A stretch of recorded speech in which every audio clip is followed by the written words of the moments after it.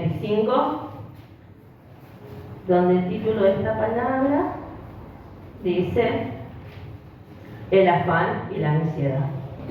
Dos cosas de este mundo que predominan en estos tiempos. Pero el Señor, como es sabio e infinito, Él preparó todas las cosas para nosotros, para el tiempo pasado, para este tiempo y el tiempo futuro. Porque el Señor nos conoce, el Señor sabe de qué estamos hechos, el Señor conoce nuestros pensamientos, nuestro corazón, el Señor conoce lo que maquinamos, incluso cuando no lo hablamos, el Señor conoce todo de nosotros. Nada le podemos ocultar a Él. Y Él preparó esta palabra. En un tiempo fue para sus discípulos, en el Sermón del Monte. Y hoy es para nosotros en este lugar. Y vamos a leer todo lo que tenemos. Mateo 6, 25 dice: por lo tanto os digo, amén, gloria a Dios, palabra de Dios. No os afanéis por vuestra vida, que habéis de comer o que habéis de beber, ni por vuestro cuerpo, que habéis de vestir. Y acá el Señor nos hace una pregunta para que reflexionemos juntos. El Señor, cuando hace una pregunta, es para que pensemos. Dice: ¿no es la vida más que el alimento y el cuerpo más que el vestido? ¿Usted qué piensa, amada iglesia? Dice el 26: mirad, nos llama a que meditemos, mirad las aves del cielo, que no siembran, ni ciegan, ni recogen en graneros, y vuestro Padre celestial las alimenta. Y el Señor vuelve a hacer una pregunta: ¿no valen vosotros mucho más que ellas? Amén. Hasta ahí la palabra que vamos a compartir en esta noche. Y como ya les decía, Dios conoce nuestro corazón, Dios conoce nuestros pensamientos, Dios conoce lo que maquinamos, lo que pensamos. Y dice la palabra de Dios que engañoso es el corazón del hombre. Que nosotros como seres humanos muchas veces pensamos cosas vanas. Y dice la palabra de Dios que hay uno que no hace la guerra. Hay uno llamado Satanás que no está haciendo la guerra continuamente. Vamos al principio, a donde todo esto se generó. Dice que Dios hizo al hombre y a la mujer, a Adán y Eva, y ellos estaban con el Señor. Y ellos no tenían falta de ningún bien. Dice allá por Génesis 2, dice que Adán y Eva estaban desnudos y no tenían vergüenza. Ellos no conocían el pecado. Ellos estaban plenos en el Señor. No necesitaban más nada que solamente estar con su Creador. Pero también dice Génesis 3 que Satanás, que es astuto, que es impostor, que es mentiroso, que se viste de ángel de luz, vino y se le presentó a la mujer. Y dice que él, presentándose a Eva, se le presentó con engaño y la sedujo y le hizo una pregunta, y en esa pregunta le hizo dudar: ¿será? Miren cómo es el diablo, miren qué astuto que es, cómo él viene a nuestras vidas con preguntas engañosas. Así como vino a Eva a tentarlas, viene a nuestras vidas a ponernos inquietudes, a hacernos dudar de la providencia de Dios. Y ellos no se debían preocupar por nada, porque Dios los sustentaba. Ellos estaban en la presencia del Señor. Pero vemos que Eva cae en esa trampa, que cae en esa tentación. Y también le da a su esposo. Y todos conocemos cómo termina esa historia. Todos conocemos cómo termina el desenlace de esa historia y la gran consecuencia que esto llevó. Y cómo a nosotros hoy en día todavía cargamos con el pecado de nuestros primeros padres. Pero tampoco que nosotros somos inocentes.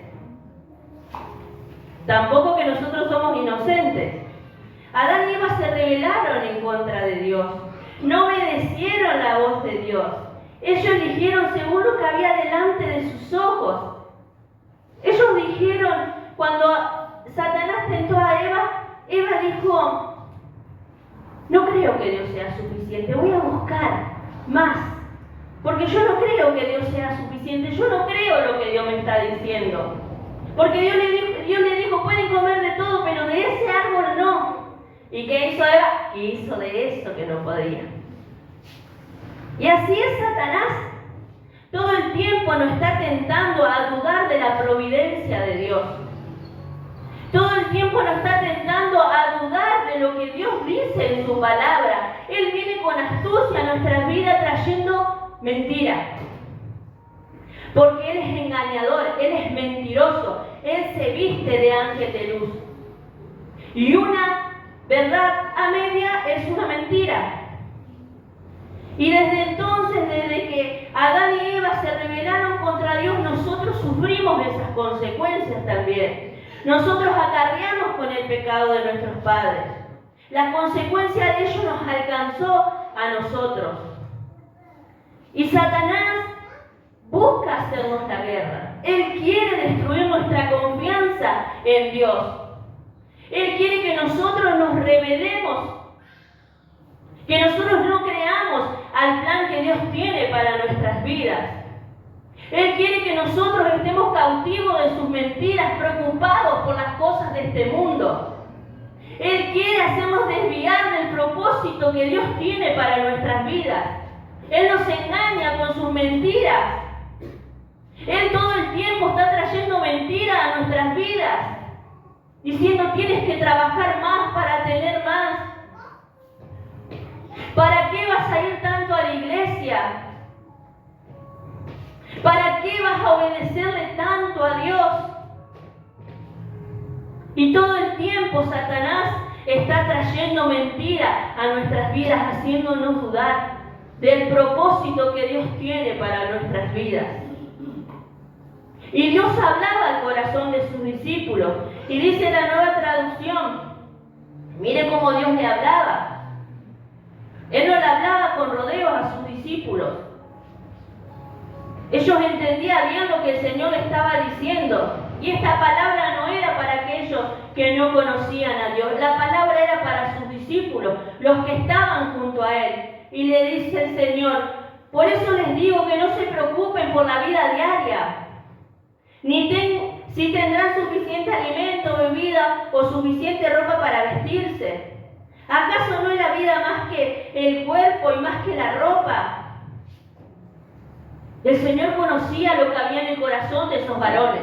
Ellos tal vez estaban pensando, pero si yo no sigo al Señor, ¿qué va a hacer de mí? ¿De qué voy a vivir?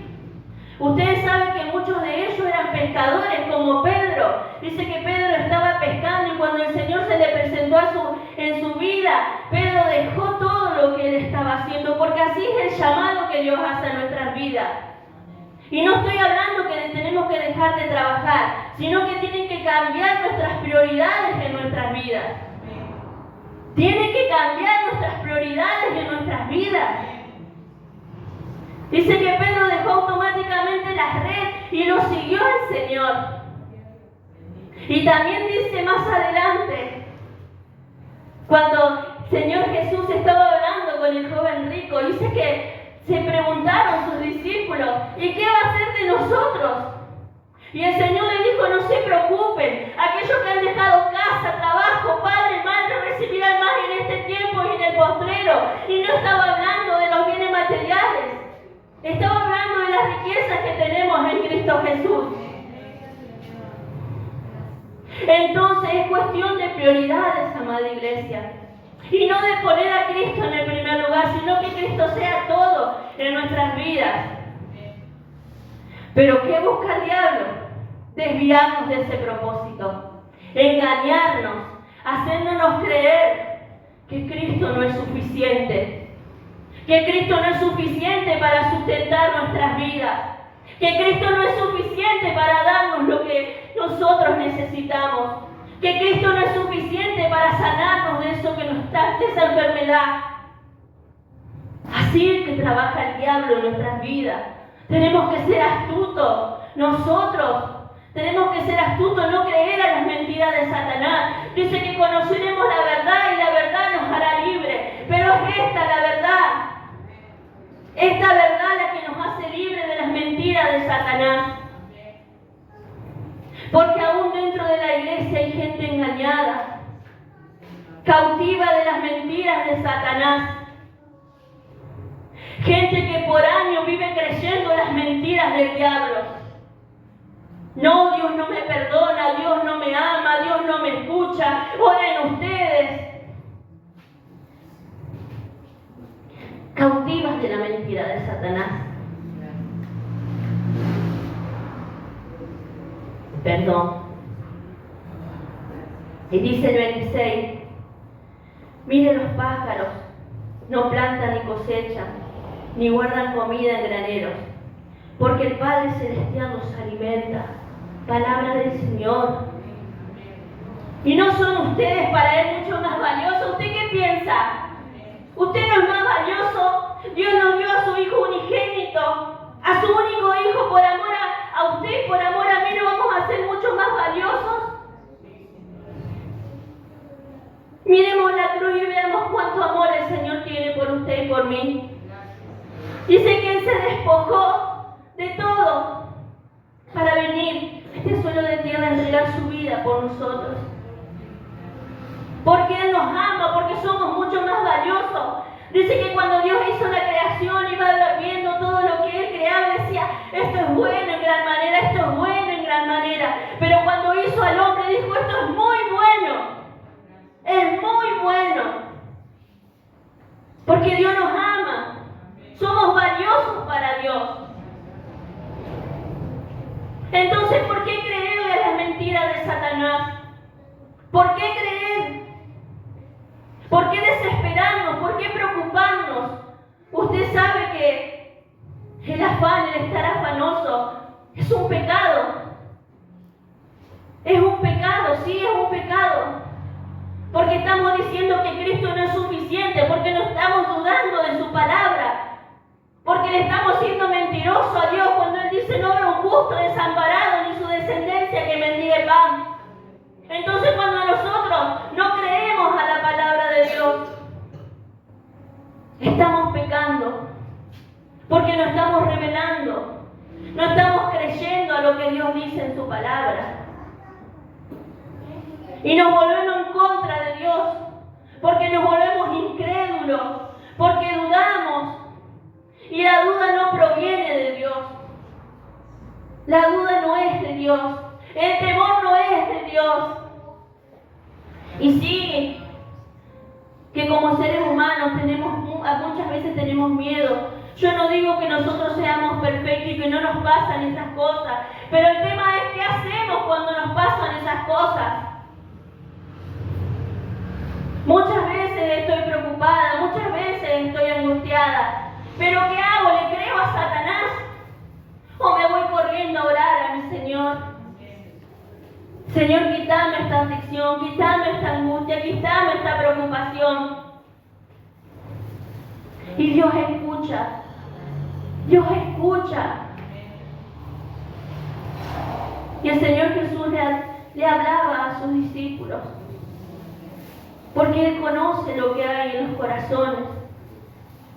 Y Él sabía que tal vez muchos estaban maquinando cosas raras en sus corazones, como muchas veces nosotros aquí dentro, que venimos y escuchamos la palabra y decimos, pero será, Señor, si mira todo lo que estoy pasando, y la hermana que está predicando, ¿qué está diciendo? Si a ella no le pasa lo que a mí me pasa, ¿cómo puede hablar así? Pero lo que se predica de este lugar se predica por medio de la palabra de Dios. Y lo que la palabra de Dios dice, lo que en ella está escrito. Entonces, si usted no le cree a Dios, no es problema del que predica. Lea la palabra, tome las promesas de Dios. Mire cuántas cosas hermosas Dios dice en su palabra. Dice la palabra de Dios que Dios guarda en completa paz a aquellos en cuales tus pensamientos en Él perseveran. Y el diablo viene a tentarnos, a engañarnos con cosas de este mundo. Mire qué atrevido que es el diablo, que dice que al Señor Jesús también Él se le presentó en el desierto, cuando el Señor Jesús tuvo hambre, y Él vino y se le presentó y que le ofreció comida. ¿Y sabe por qué Dios permitió que el Señor Jesús sea tentado? Porque así como el Señor Jesús se identificó con nosotros, bautizándose, Dios permitió que el Señor Jesús sea tentado para que nosotros también nos identifiquemos. Él se identificó con nosotros para que nosotros nos identifiquemos con Él. Dios permitió que Jesús sea tentado, y a través de eso vemos cómo Jesús le resistió al diablo. Con la palabra le resistió. Por eso que Dios permitió que el Señor Jesús sea tentado. Porque el libro de Hebreos dice, tentado en todo pero sin pecado. Lo declara la palabra, no lo digo yo. Debemos conocer lo que la palabra dice. Debemos conocer lo que Dios quiere para nosotros y lo que Dios quiere de nosotros.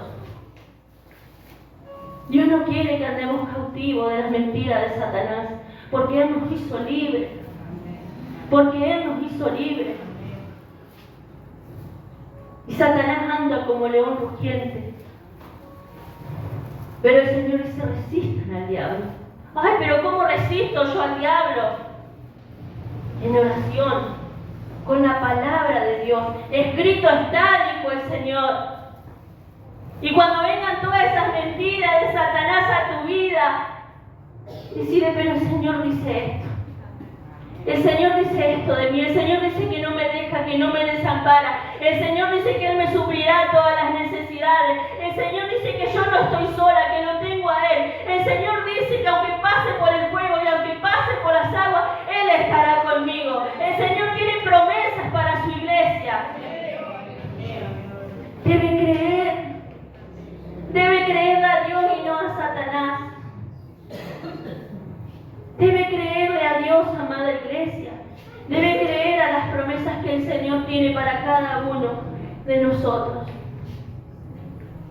Porque cuando no creemos a lo que Dios dice en su palabra, cuando no creemos que Dios es suficiente para suplir todo lo que nosotros necesitamos, cuando nosotros dejamos que Satanás ponga mentira en nuestros corazones, estamos diciendo que Jesús no es suficiente. Jesús no es suficiente para suplir mi necesidad. Jesús no es suficiente para ayudarme. Jesús no es suficiente para sacarme de esto que estoy pasando. Pero cuando nosotros tomamos la palabra de Dios, cuando nosotros le creemos a Dios, Jesús es suficiente. Jesús es suficiente. No valemos más nosotros. ¿Usted qué piensa? ¿Que no valemos más nosotros? Nosotros somos valiosos para Dios. Pero debe creerlo. No porque yo lo diga, sino porque su palabra lo dice. Somos valiosos. Él no nos va a dejar. Él nos va a suplir todo lo que nosotros necesitemos. Él está con nosotros. Él está con su iglesia. Y dice el 27, dice, ¿y quién de vosotros, por mucho que se afane, añadirá a su estatura un codo? Por mucho que usted se preocupe y quiera hacer, va a ser siempre la voluntad de Dios. Y el 28 dice, y por el vestido, ¿por qué os afanáis? Considerad los lirios del campo, como crecen. No trabajan ni hilan, pero os digo, ni aun Salomón con toda su gloria se vistió como uno de ellos. Dios nos está llamando a meditar en las cosas que Él hace por su creación. Todo lo sostiene Dios. Todo lo sostiene Dios. Los campos dan su fruto porque Dios manda la lluvia. Nosotros estamos de pie porque Dios nos está sosteniendo. Si tenemos alimento en nuestra mesa porque Dios lo provee.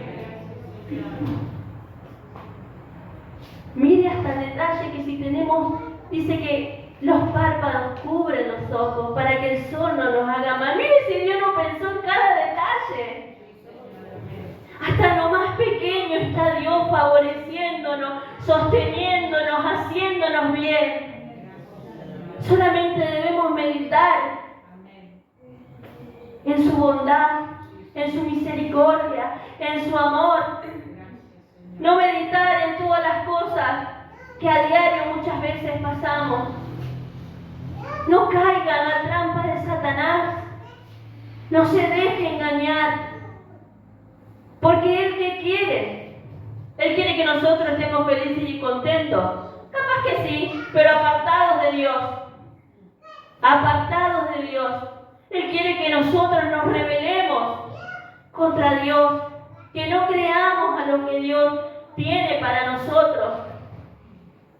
Es necesario que como iglesia aprendamos acerca de las artimañas de Satanás para no caer en la trampa del enemigo. Porque Él quiere destruirnos.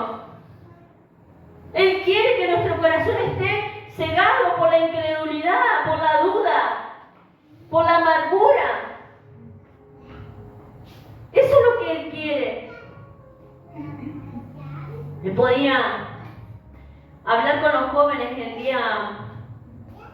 el día sábado y le contaba que yo por muchos años sufrí de ansiedad y de temor, tenía miedo, no conocía de Dios. Entonces yo pasaba una mosca y yo tenía miedo.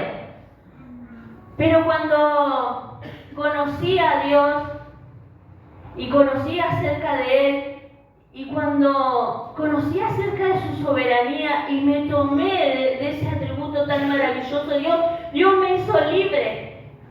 Mucho tiempo fui cautiva de una mentira que Satanás había puesto en mi vida y en mi corazón, pero cuando conocí la verdad de Dios, Él me hizo libre. Libre. Porque la verdad de Dios, su palabra es la que nos hace libre de la mentira del enemigo, amada iglesia.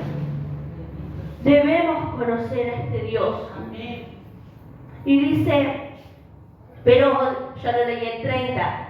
Y si la hierba del campo hoy es y mañana se echa en el horno, Dios las vista así, ¿no hará mucho más a vosotros, hombre de poca fe? Mire, el Señor le decía eso a sus discípulos. Imagínense qué nos dirá a nosotros en esta noche. ¿Cuántas veces nos falta fe para creer a las promesas de Dios? Muchas veces nos falta fe. Porque no podemos decir que no hay promesas maravillosas acá. Pero nos falta fe para creer. El Señor en su palabra dice, solamente cree. No dice, tiene que hacer esto, lo otro. Solamente cree. Y verás la gloria de Dios.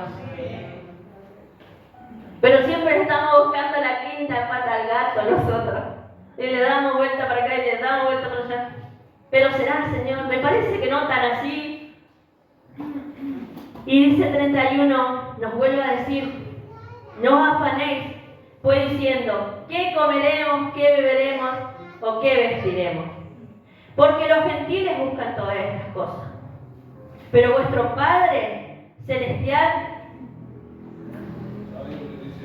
sabe que tenéis necesidad de todas estas cosas. Vuestro Padre, dice la palabra de Dios.